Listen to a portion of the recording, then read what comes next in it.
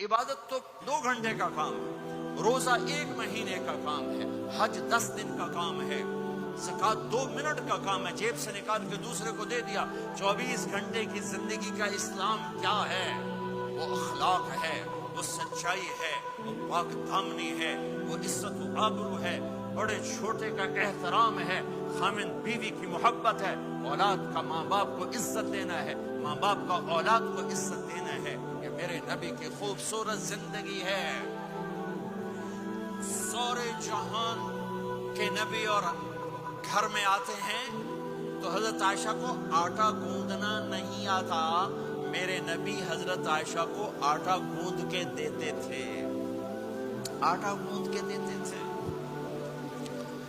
اور اماں عائشہ روٹی پکاتی تھی، جب کھانے پر بیٹھتے تھے تو آپ خود نوالے توڑ توڑ کے اماں جان کو کھلاتے تھے۔ اظہار محبت، اظہار محبت۔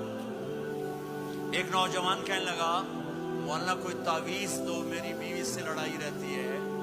میں نے کہا بیویاں تے تعویذ چلتے ہی کوئی نہیں۔ کہنے لگا کیا کروں؟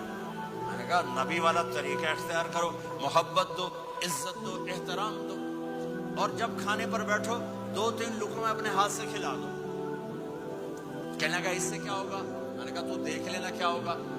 10-12 دن بعد اس کا فون آیا، میں نے پوچھا میری بات پہ عمل کیا؟ کہنے لگا نہیں۔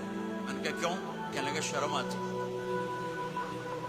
میں نے کہا کمزور کے ساتھ لڑتے ہوئے شرم نہیں آتی؟ کمزور سے بھی کوئی لڑتا ہے، عورت تو بیچاری کمزور ہے، اس سے بھی کوئی لڑتا ہے۔